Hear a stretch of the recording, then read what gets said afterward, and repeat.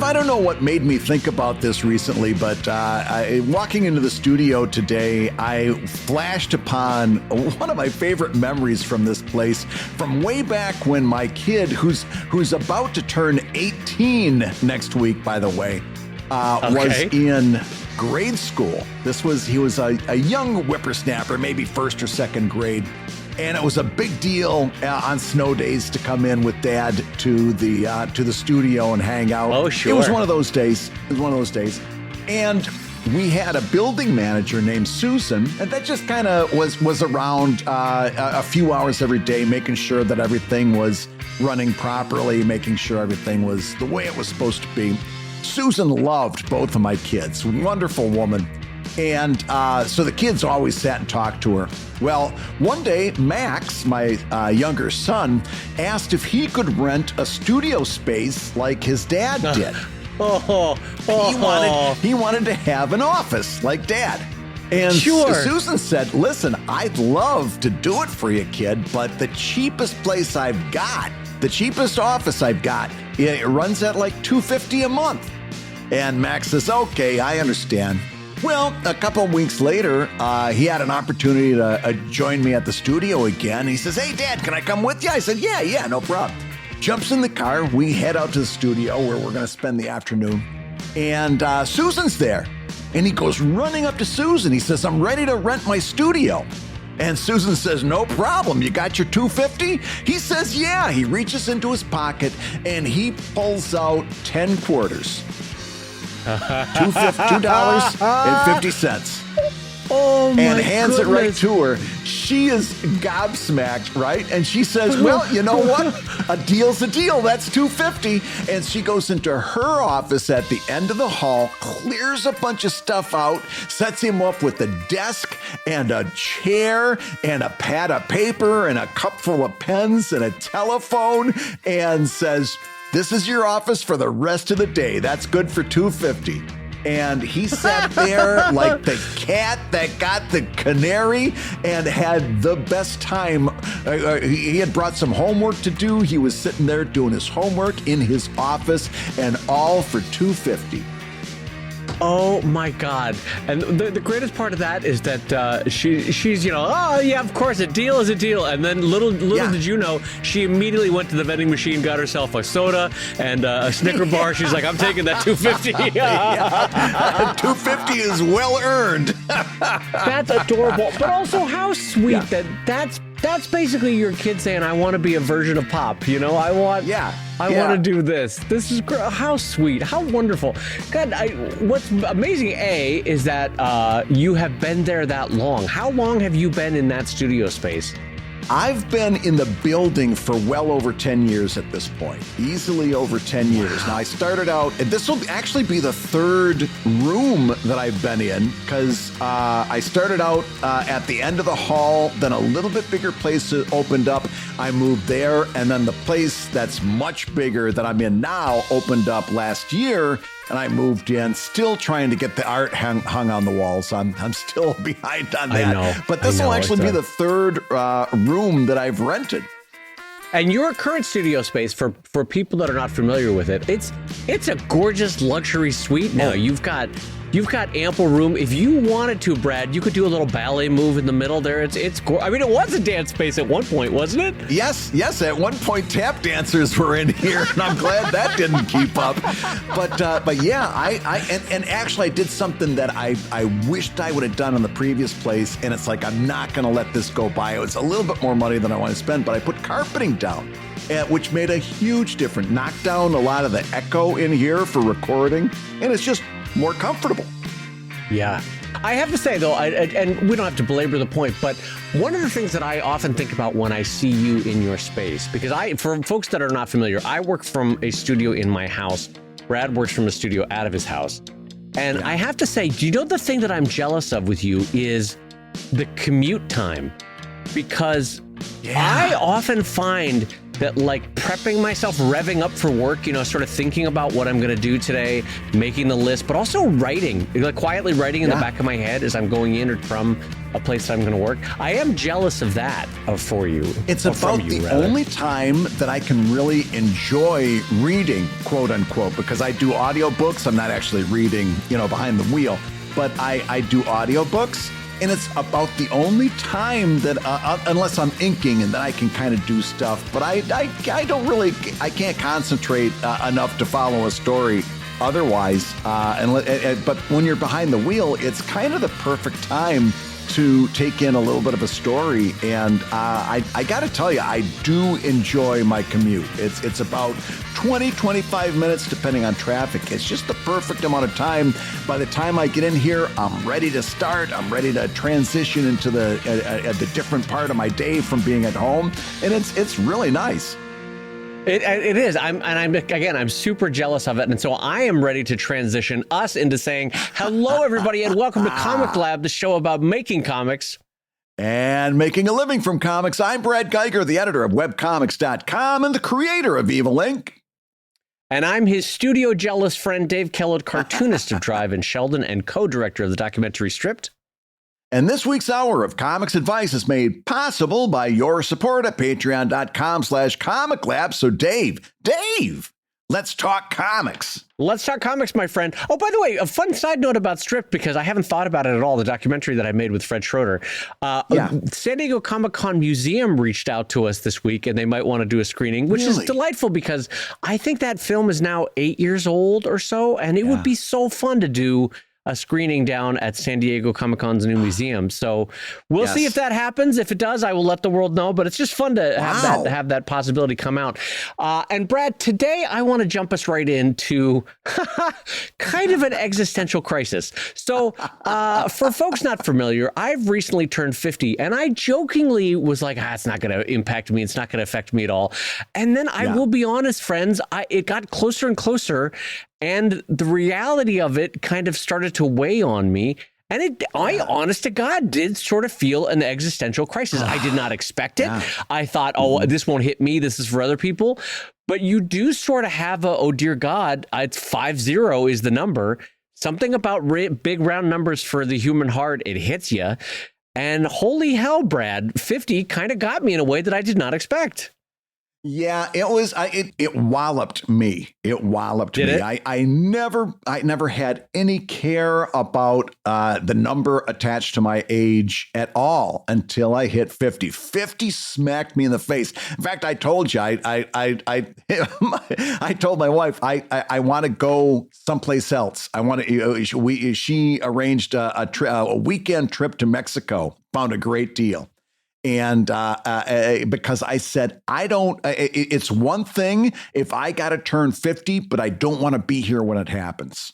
And so we went to Mexico, had a nice little 3-day weekend and saw, the pyramids and all this other stuff. And had a great, and it took my mind off of it because I really couldn't think about it. And then, by the time we got home, it was too late. I was already 50, nothing I could do about it. And, I started adjusting, but it really smacked me in the face. I think Scott Kurtz once said that when I turned 40, he said, your 40s are the youth of your old age. Right? Because you've officially transitioned into being an older person at that point. But you're 40. It's the youth of your old age.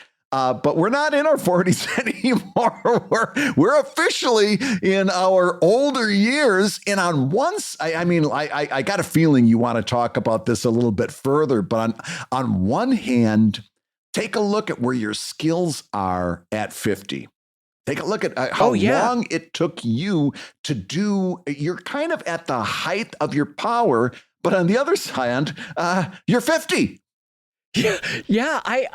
Honestly, I do feel, because I was telling my wife about this, that I feel like this decade might actually be the best decade of my life coming up, like career-wise. I'm firing on all pistons. I know who I am. I know what I want to make. I'm comfortable with all the decisions that I'm making. So it's, in a lot of respects, I would never want to go back. I love where I am. I'm excited about the next stages in my career and what I'm doing and in my personal life.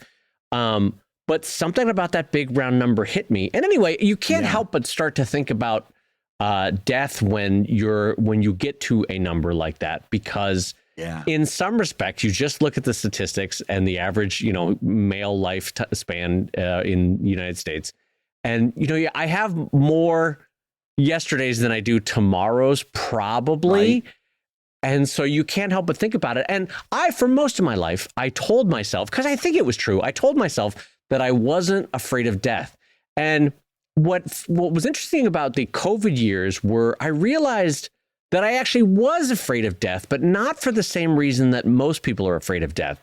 Most people are afraid of death, because they're afraid that they never got to where they wanted to go. They were like, the should'ves and the could'ves and the would'ves, if only I had taken another path, or if only I had more time to do X, Y, Z, and thus death is something to be afraid of.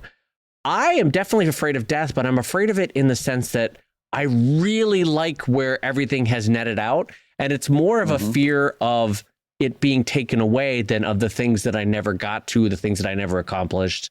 Does that ring with you at all?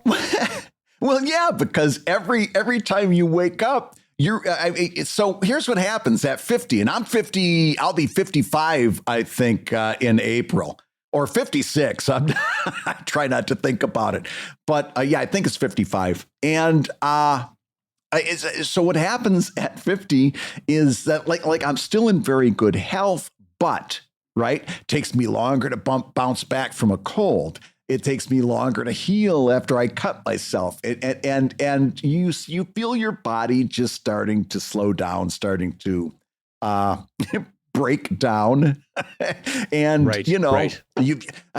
my metabolism, I used to have the metabolism of a ferret on a double cappuccino. I could eat anything and just burn through it. I had an overactive metabolism. One quick look in the mirror tells me that those days are long gone. And I've got to start watching what I eat a whole lot more. I've started exercising every day, not because I enjoy exercising and not because it's turning me into an Adonis, but I hit the treadmill for an hour every day just to maintain, just because I was starting to get back pain from being too stationary. Something, being stationary was one of my top 3 things to do in life, or to not do, as the case may be. But now I'm on the treadmill for an hour every day, just so I don't sink into the abyss. Right. And I have to completely change the way I eat. And when that stuff happens, you start to think, what happens if like any number of people at this age, what happens if I have a stroke? What happens if I have a heart attack? What happens if they find cancer? What happens if that?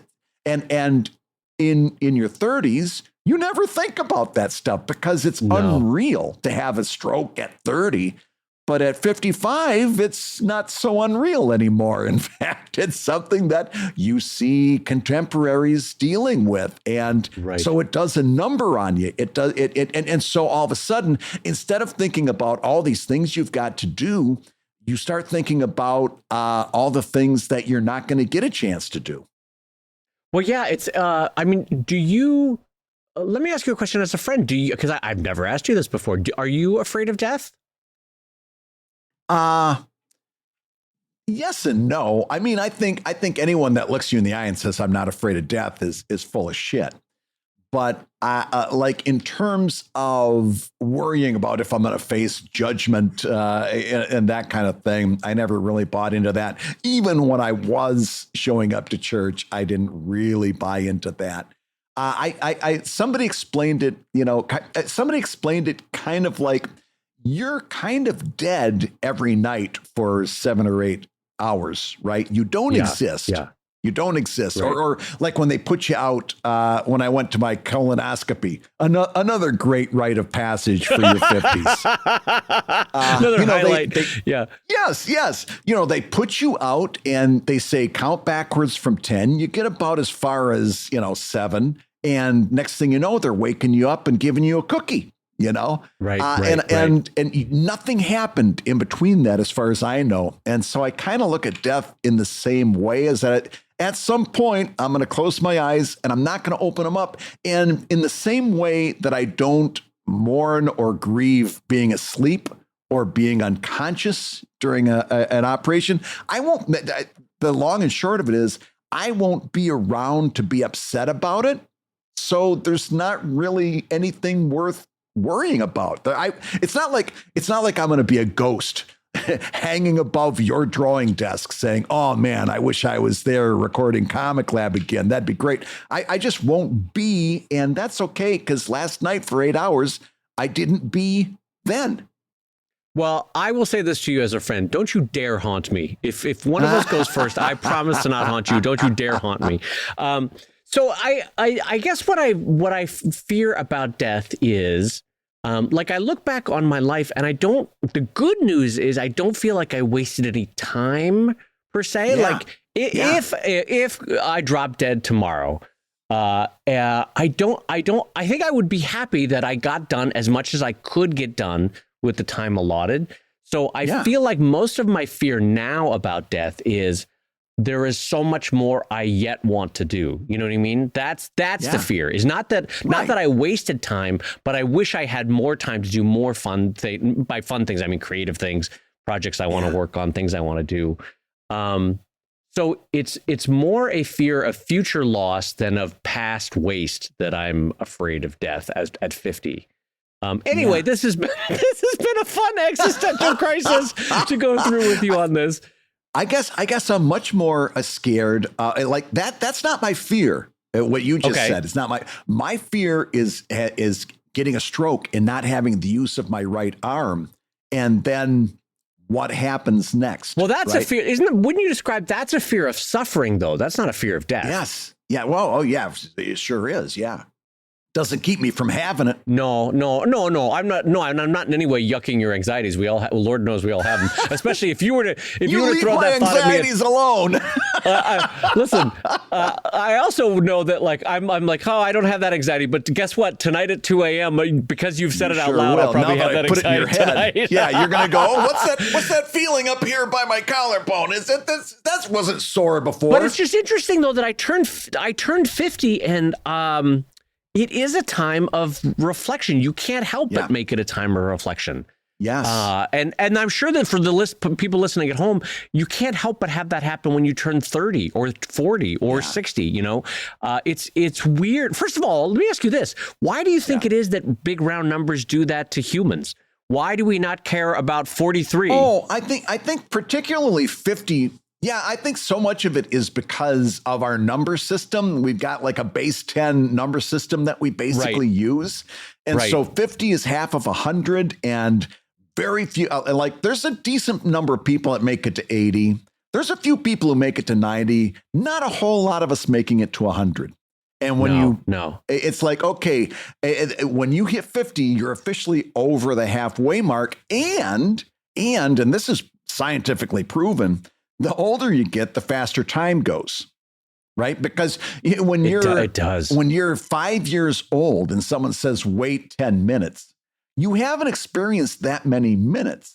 And also, you're young and you've got all this energy. So 10 minutes is a long time to wait. 10 minutes when you're 5 years old is an eternity because you haven't experienced that many minutes. Now, you're 50 years old. Think of all the minutes you've experienced. If I say wait 10 minutes, it's like the snap of a finger. Take a look, Dave, how quickly 2023 went by last year. It was in the blink of an eye. It was over. Yeah. And we're already midway through January, and we just got done with Christmas, right? So what happens is you turn 50 and you realize that time has sped up when you weren't paying attention. And it didn't take, it didn't seem like it took a lot of time to get to 50. So you know it's going to take even less time to get to the eventual end. You're not wrong. I mean, I feel like I just turned around and I was just turning 40. I remember... I remember turning 40, also because a jerk of a friend who may be listening to this, who is a movie actor, got me sessions with their CrossFit trainer. And this is a guy that trains people for Marvel, Brad, for my 40th birthday. And I've never vomited so much that after working out with this guy for an hour, it was the worst birthday gift. So if the person listening it gave me that gift, I just want you to know that was a terrible gift. I hated myself after those workouts. I will not be doing that Next at 50. Time send cupcakes. Next time send cupcakes. Yeah. So anyway, long story short, the nice thing about 50 is I like myself. I like where I am. I like what I'm doing. I like the path that I've taken. All of those are wonderful things. The bad thing about 50 is now I just don't want it to end. That's my fear. I don't want it to end because I like myself. I like my journey. I like the things I'm doing. So that in a nutshell is the existential crisis that I've had for the last couple of weeks. Yeah. But I want to say thank you to friends like Brad who have talked me through it and not given me CrossFit sessions, who have instead said, hey, here's how you're going to feel. Here's the way to approach it. Yeah. And you're doing just fine. So thank you, Brad, for that. I appreciate that. Yeah. Well, listen, Dave, let's stop talking about your existential crisis just for a minute, if we could. Okay. Not that it's not important, but I don't want to spend a whole lot of time talking about your existential crisis, especially when we can talk about somebody else's existential crisis. Listen to this. This is a question, and I'm not kidding. This question came up unrelatedly no more than 36 hours ago. Listen to this. Hey, Brad and Dave, I'm a comic artist with a long career behind me, and I'm still actively making comics every day. Comic Lab and all the great advice you've shared has been instrumental in recent years as I've established myself as an independent comic artist after working for various publishers for almost my entire career. So, a huge thanks for that, guys, and keep up the good work. My question is for both of you. I might be in my mid-50s, but I still have as many creative comic ideas in my head as when I was younger. But how do I avoid getting stressed about all the things I know I won't have time to do before I can't work anymore? It might seem like a strange question, but not all of us are going to be able to work until we're 90 years old like Will Eisner did. I used to say so many ideas, so little time as a joke, but now it's reality. Not to mention my health and working capacity isn't what it used to be. I can't work all night and I can't work early mornings like I used to do. Right now, I'm doing a funny comic strip and a fantasy webcomic. I have ideas for several other comic projects too, including a long science fiction webcomic, which, by the way, Dave, I know holds a special place in your heart too, right? Yeah, boy. But frankly, I'm afraid I'll start too late and not have time to finish it before I, retire for good. Any advice or reflections on this would be greatly appreciated and welcomed. So, Dave, this dovetails right into what we were talking about. What do we tell this guy about the fact that I've got more ideas than I've got years? Well, I just want to say for everyone listening, I was winding down my personal existential crisis, and now I'm spinning it right back up again. Oh, God. So this is an interesting thing. It's also, it's not relevant to 20-year-olds and 30-year-olds because in a question or in a way of looking at this is basically a time management question. Unfortunately, the time management being the time you have on Earth. I very much relate to the having too many ideas and having an awareness that there's not enough time or not enough me to make all those ideas happen. I have film projects that I want to do with Fred Schroeder, who I did Stripped with. I have comics projects that I want to do in my life or with other people. I have like 4 or 5 other titles that I want to do that are some are sort of imagey comics. They could run for 12 or 48 issues, or I have ideas for graphic novels that I want to tell. I still have an idea for another comic strip I'd like to do. So I really relate to this question. And before I give my answer, I want to know, do you, Brad, also have more ideas than you have time for? I have other ideas, but I'm so kind of immersed in what I'm doing right now that I'm kind of very satisfied with where I am. But I'm also I do so many different things, that like I teach at University of the Arts. I do webcomics.com. So and obviously we both do the podcast. And my comic, my safe for work comic, my not safe for work comic, a series of single panel comics. I've got that. Most of my ideas, most of the things that excite me fit into one of those things that I'm already doing. Right. Or can fit easily. And also sometimes I'm so creatively caught up in doing all of that I literally, and maybe I should, and I'm not putting anyone down. I kind of am jealous of what you're saying, but like I never sit down and say, oh, I've got an idea for a 28 issue comic that I would do through Image. Like that doesn't, I have never slowed down long enough to do that. Right.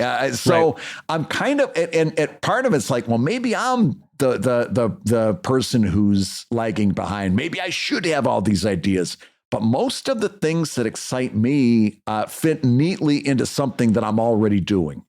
Well, let me put myself in your shoes. It's 5 to 10 years from now. You're now 60 or 65. And you have now 60. Thank you very much. It's 5 to 10. It's 60. Let's just say I'm 60.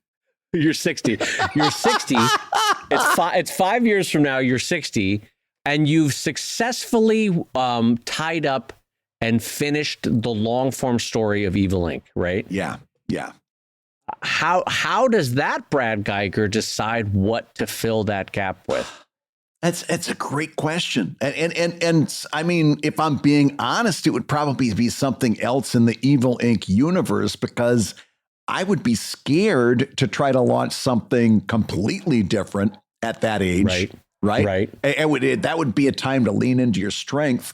Or maybe at that point, I'd be so, tired of those characters that I'd be like, oh, I'm ready to do anything else. I'm ready to do any number of other things. I honestly don't know how 60-year-old Brad Geiger would feel about that. It's a weird thing. It's a weird thing. I've got no suitable answer for you.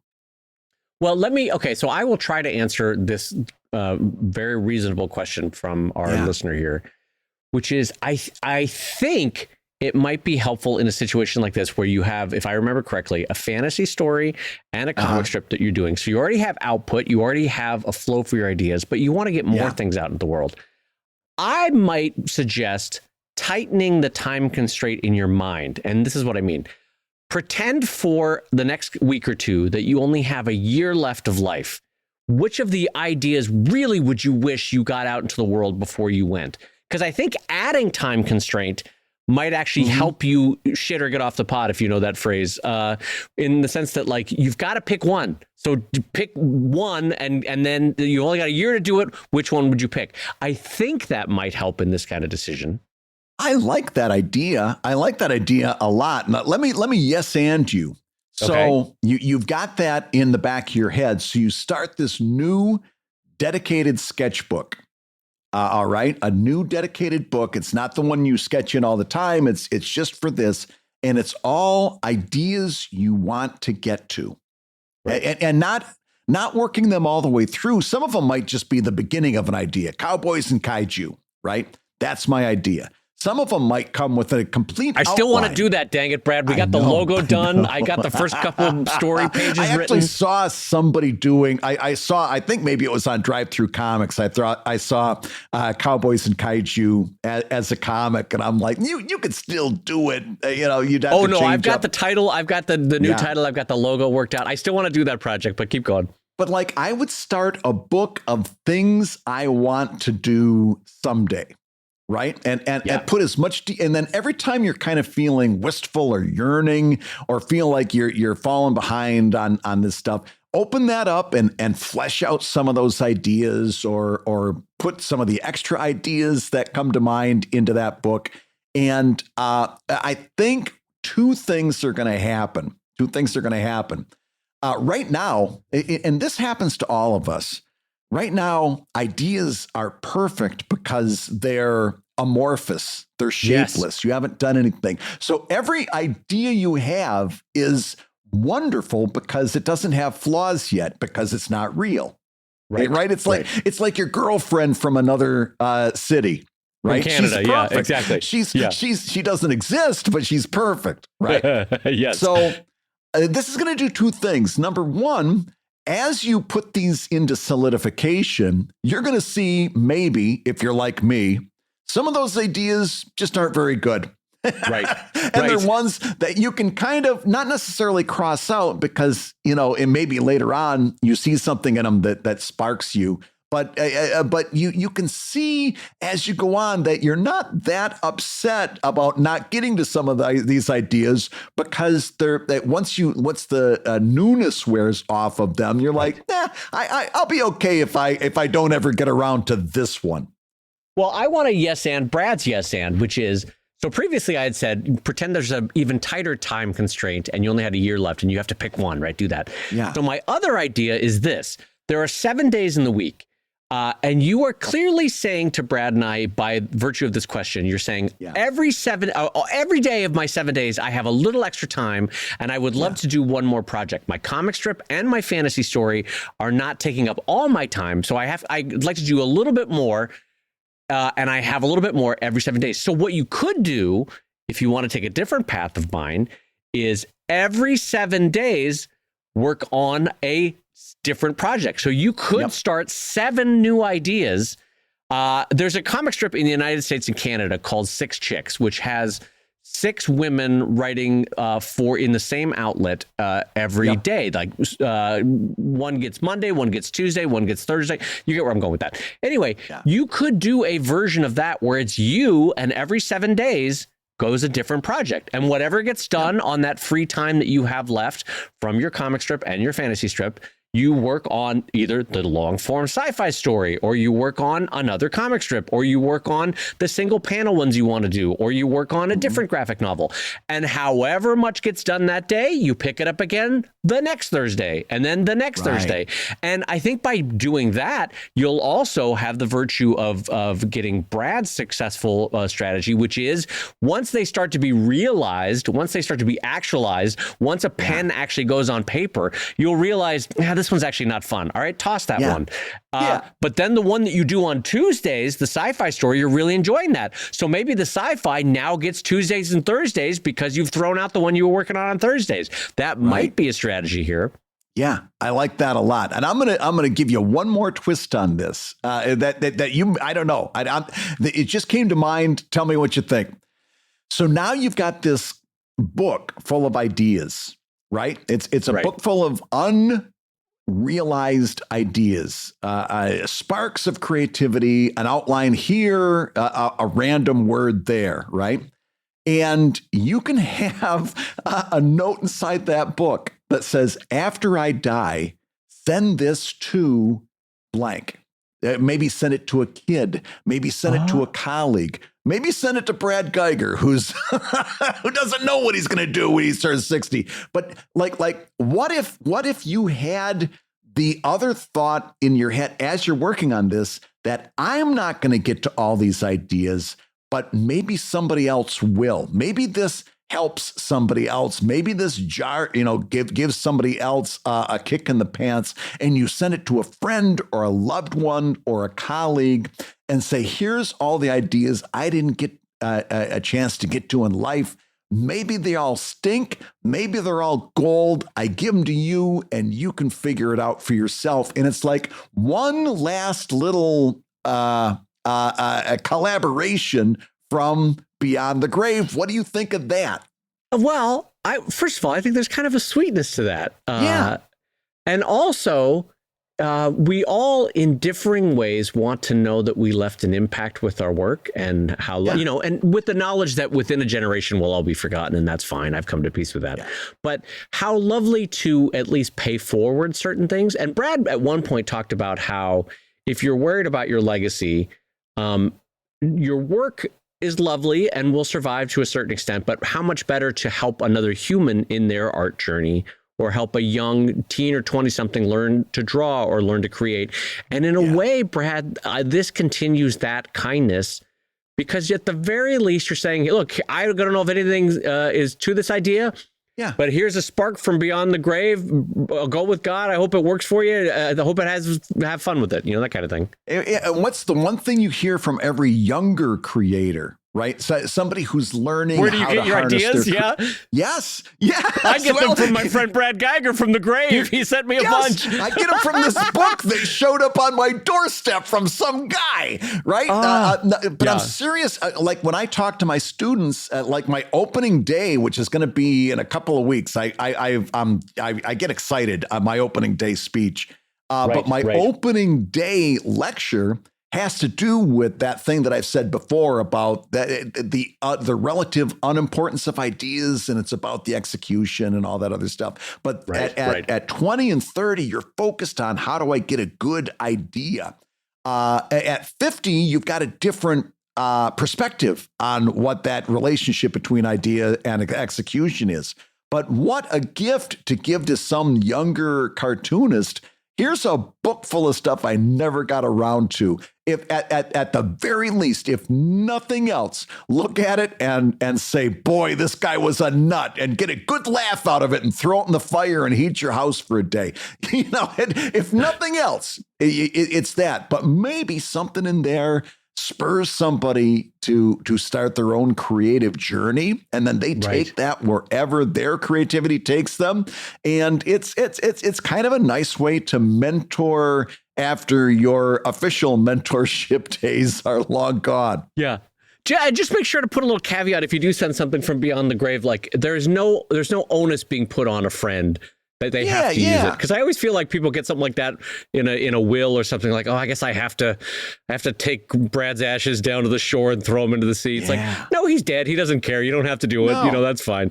No. But so I also have a couple other lingering thoughts about this, which is I very much see myself in this question in the sense that when my kids go off to college, I'm going to have a lot more time, somewhere in the order of between, 8 and 20 more hours every week when my kids go off to college. Yes, you will. Free. Yes.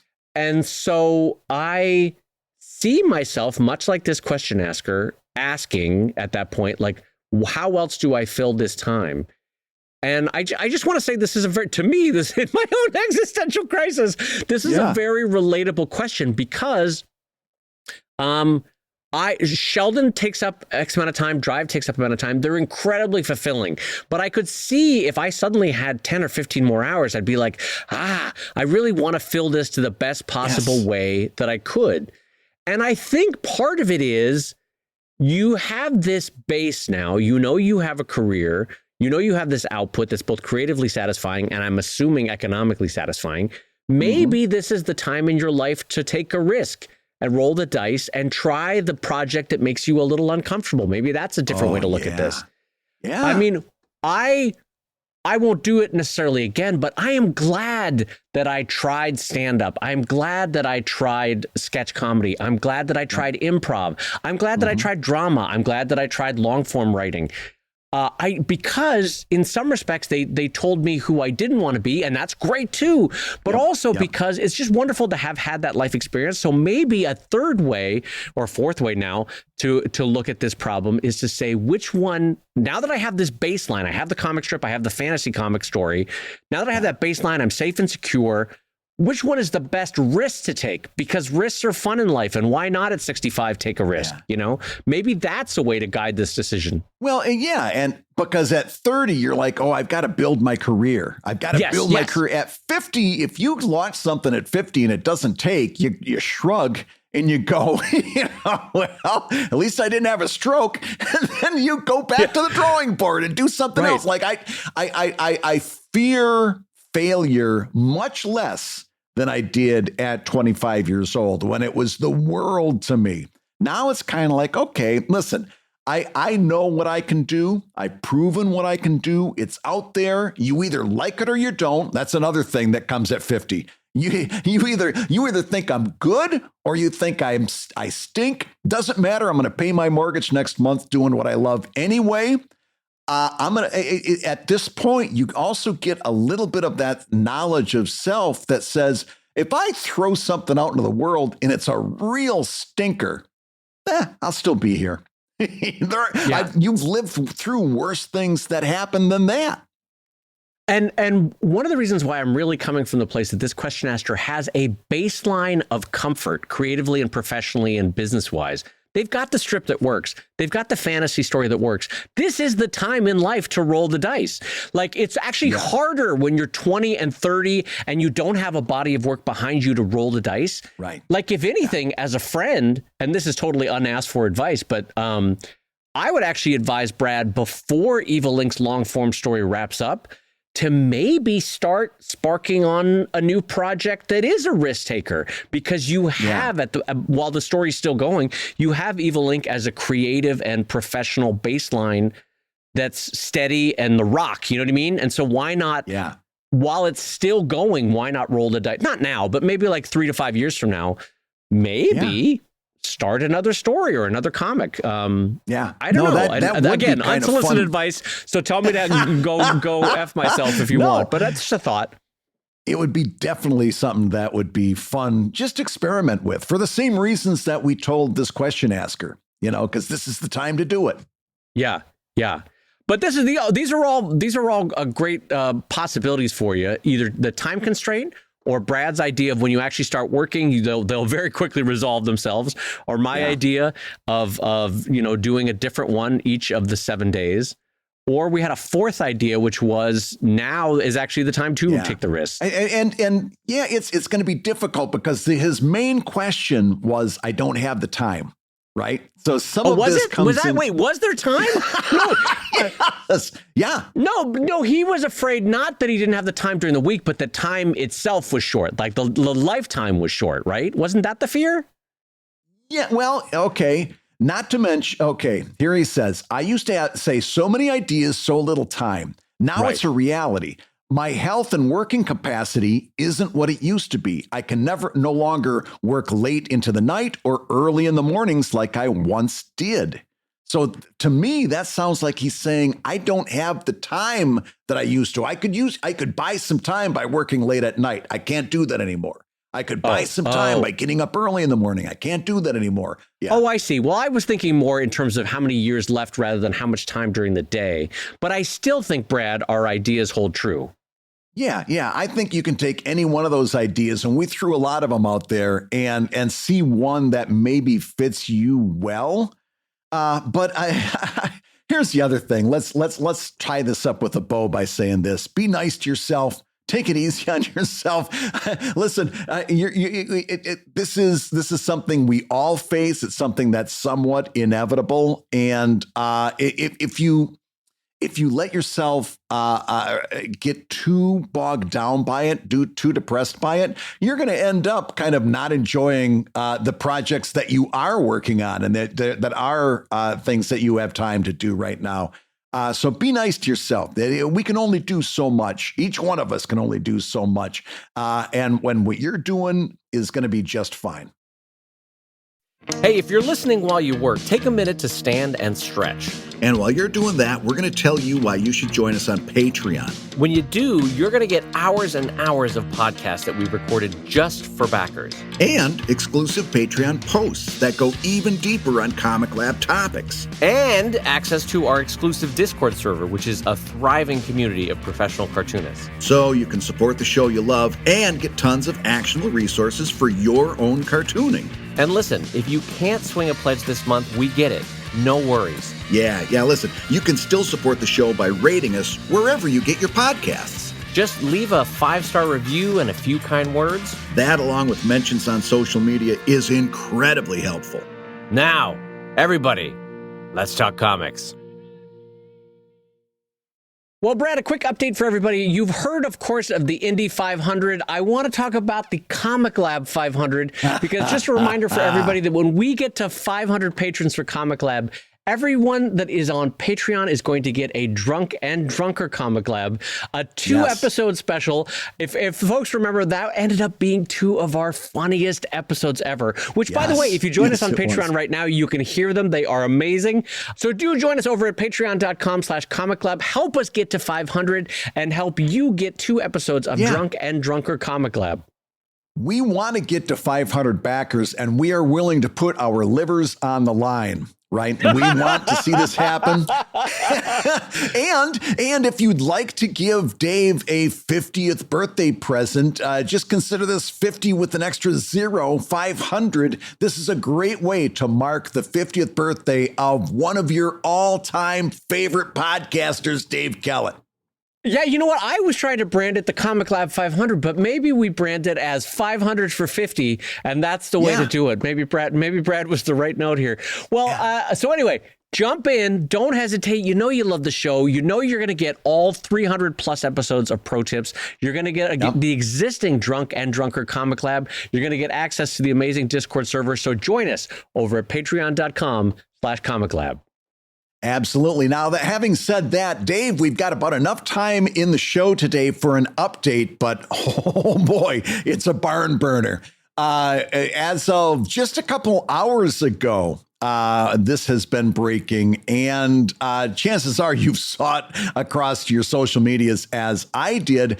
Wacom, the creators of the Wacom Cintiq and the Wacom Intuos, was caught using an image in a promotion that was generated by artificial intelligence. They were caught red-handed using AI art. And the credit for this, and as far as like what I saw in my socials, we've got to give credit to a artist by the name of Megan Rose Ruiz, who broke this. They were the person that was doing that video that you saw probably on TikTok and on Twitter, where they very, very passionately but concisely and clearly explained all of these different areas that once you looked at it, you said, oh my gosh, they are right.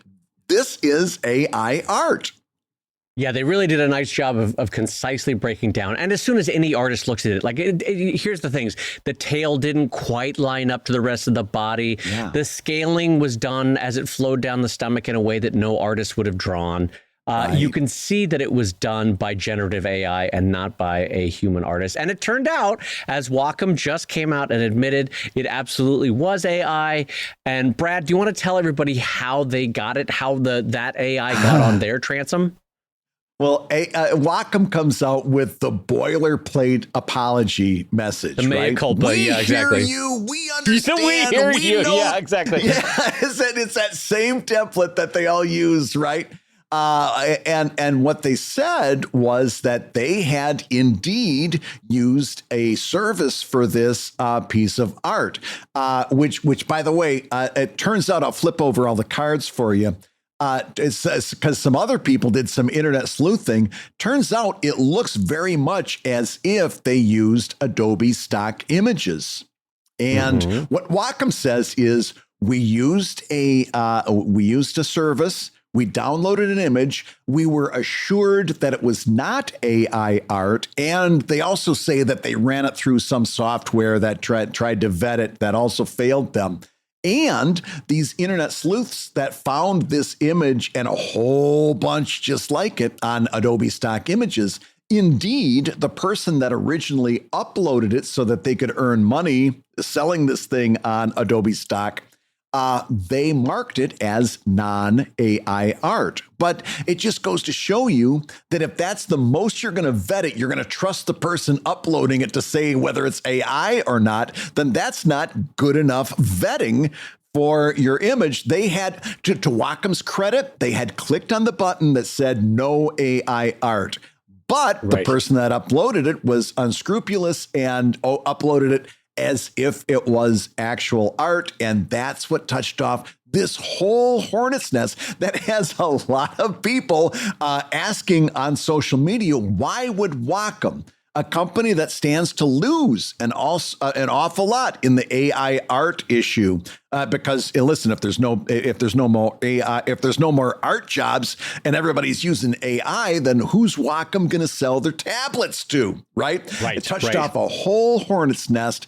And we're still, as of recording right now, still seeing the aftershocks of that whole kerfuffle.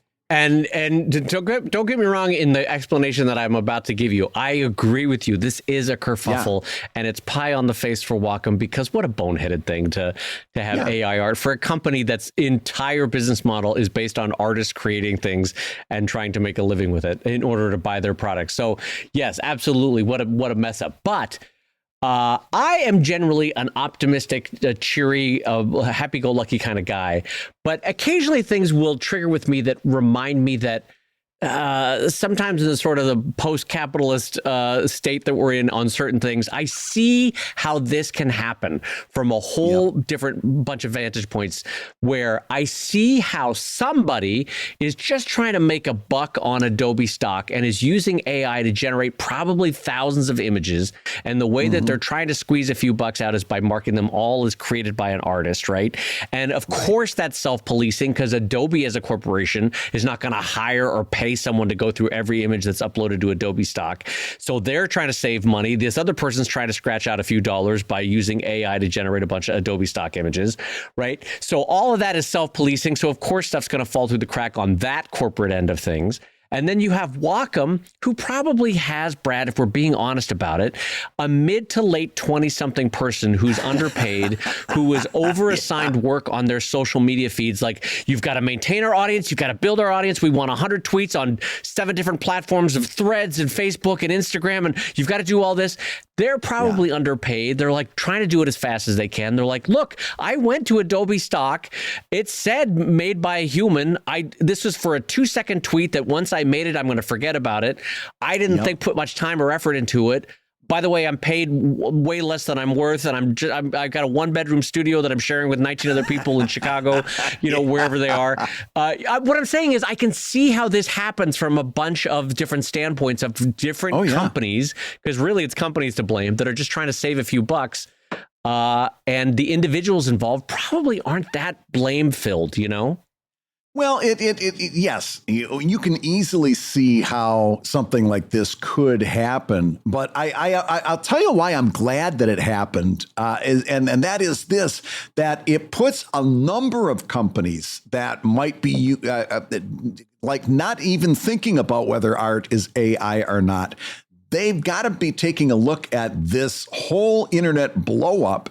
And they've got to be making second thoughts about whether they want to be caught in the same PR nightmare that Wacom finds themselves in now. If that makes people a little bit less willing to buy art without really vetting it and maybe think twice about outright using AI art, then I think that's a good thing. Of course, I'm not so much a Pollyanna that I know at the end of the day, they're going to take the cheaper alternative, and that's going to be AI art. And we're just going to be right at the beginning anyway. Yeah. Well, and listen, just piggybacking on that Pollyanna comment, 99% of companies won't give a shit because it won't in any way impact the way they do business. So of course they're going to use AI art. So think about the ones that have blown up recently on our social media feeds. It's been this because it was Wacom, a company that sells to, by, and for artists.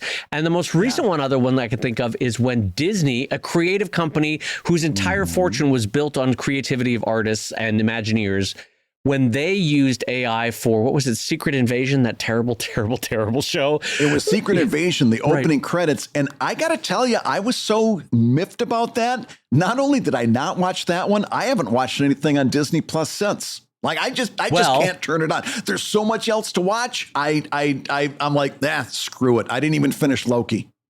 Yeah. But so I say all that to say that it blew up in both of those companies' faces, justifiably so, right? But you can't tell me that Bob's Burger Barn in Des Moines, Iowa is going to give a shit when they use AI art from Adobe stock. And also, who's going to call Bob's Burger Barn in Des Moines, Iowa? No one's going to care. You know what I mean? They're going to do a 1-second tweet that used AI stock photography or images. And it's one more thing that's going to sync to the bottom of your social media feed, and there it goes. So this is exactly like the prediction that I made a year ago, which is there is a whole class of commercial art that is gone now. AI, for the average small to mid-sized company, they will never hire an artist. They will always use AI. I'm genuinely sincere about that exact prediction that I made a year ago, which is that class of art is gone now. That job will never come back because it was probably being filled by stock images anyway. Now it's just going to be a nigh infinite amount of stock images that you have access to because of AI. Absolutely. As a matter of fact, we didn't talk about this before the show, but this ties in perfectly. I've been, as I said in previous shows, I've been doing a lot more stuff on Substack. And part of that is, again, taking my own advice and doing the social part of social media. So I'm looking for things to read, looking for things to restack. That's what they call a retweet. And I came across this gem from Dean Haspiel. Now, Dean, you know him, even if you don't recognize the name. You've seen him at 100 comic conventions. He's a comics guy who's been in the business for a long time. And he talked about this on his Substack, where he said, listen, it's been getting tougher and tougher because he's always worked in publishing, Dave. He's always been in publishing. And it's been tougher and tougher to make a career go. He said, and I'm paraphrasing here, so if I get a couple details, go to Dean's Substack if you want to see the whole thing. But he goes, I had a meeting with a CEO of a company that wanted me to do a comic for their company for this project they were doing. And he goes, they always pay really well. He goes, I needed the money and I was excited to sit down and talk to them. They get on a Zoom conference. This guy says, yeah, we wrote out the story a little bit. It needs to be tweaked. And then they do a screen sharing and the guy shows Dean the 6 or 7 pages full of comics. Six or seven finished comics pages. And Dean says, this is AI, isn't it? And the guy says, yeah, but it's not finished. We'll do some tweaks. It's just to get us started. And Dean says, I don't want to work on this anymore. And the CEO goes, what? He goes, you took all the joy, all the creativity, all the challenge out of this. He goes, you want your comic? I'm going to do you a favor. There's your comic. Tweak your comic, finish your comic. You don't need me for this. And the CEO was trying to get him back, according to the Substack article. Say, no, we don't have to look at the AI art anymore. And Dean goes, I'm sorry. He says, I can't take your money. He says, you got your comic, run your comic. And then the very next paragraph, he says the very next week or the very next month, he goes, I launched my first ever Kickstarter for my independent comic.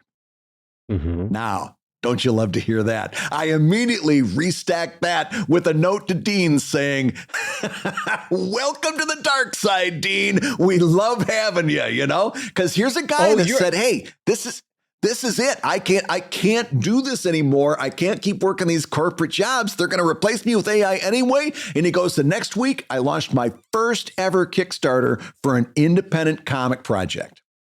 Yeah.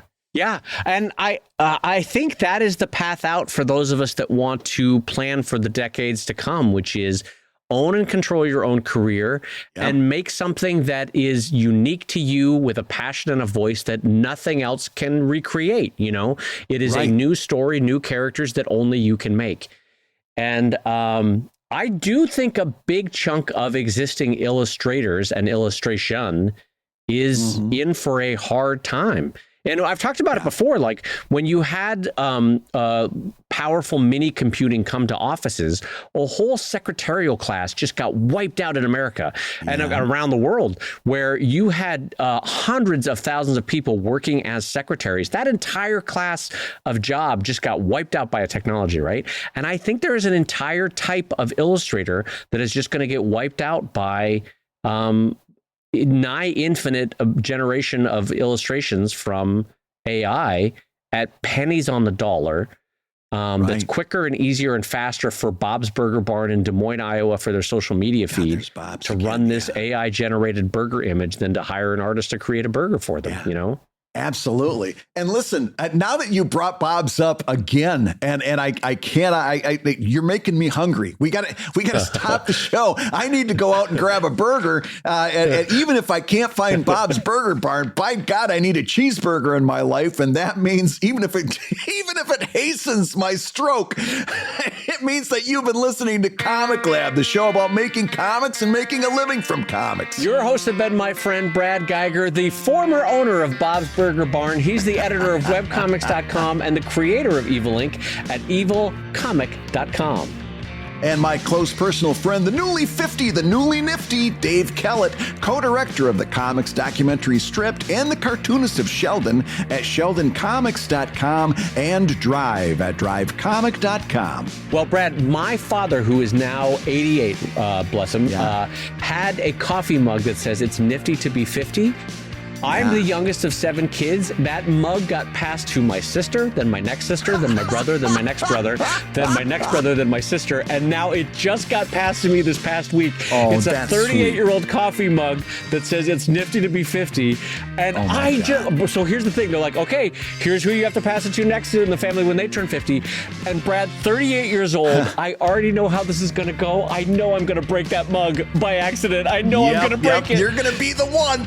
You're going to be the one. I'm going to be the one. But in the meantime, I'm going to say the Comic Lab theme song is used with permission from Andy Creighton at theworldrecord.net. And this wonderful episode was edited by the even more wonderful Matt Woodard of Woodsong Productions over at www.woodsong.media. If you love Comic Lab, you can rate and review the show on Apple Podcasts and on Spotify, where we continue to be right at the top of those comic podcast charts. Thank you so much for all those 5-star reviews. You're keeping us up there. If you haven't got a chance to put your review in there yet, take some time and do that. It's another way that you can say happy birthday to Dave Kellett.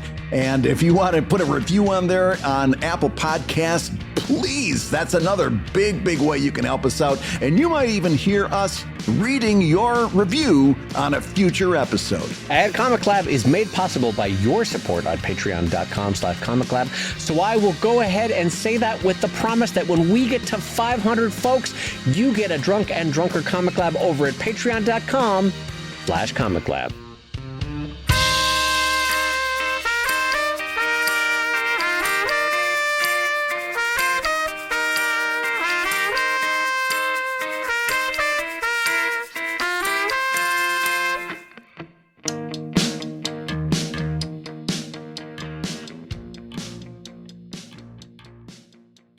There was a not safe for work comics artist that I follow on Twitter that was making the comment that the older he gets, the more he really likes to take his time with a sex scene, right?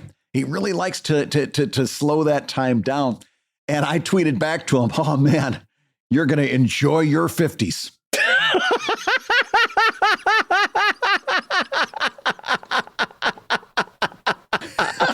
Oh, God. Oh, just my something God. else that's coming for you, Dave. Something else that's coming for you. Oh, God, Brad, thanks a lot. Jesus, my existential crisis wasn't bad enough. Oh, look to your friend Brad Geiger to make it even better. Yeah.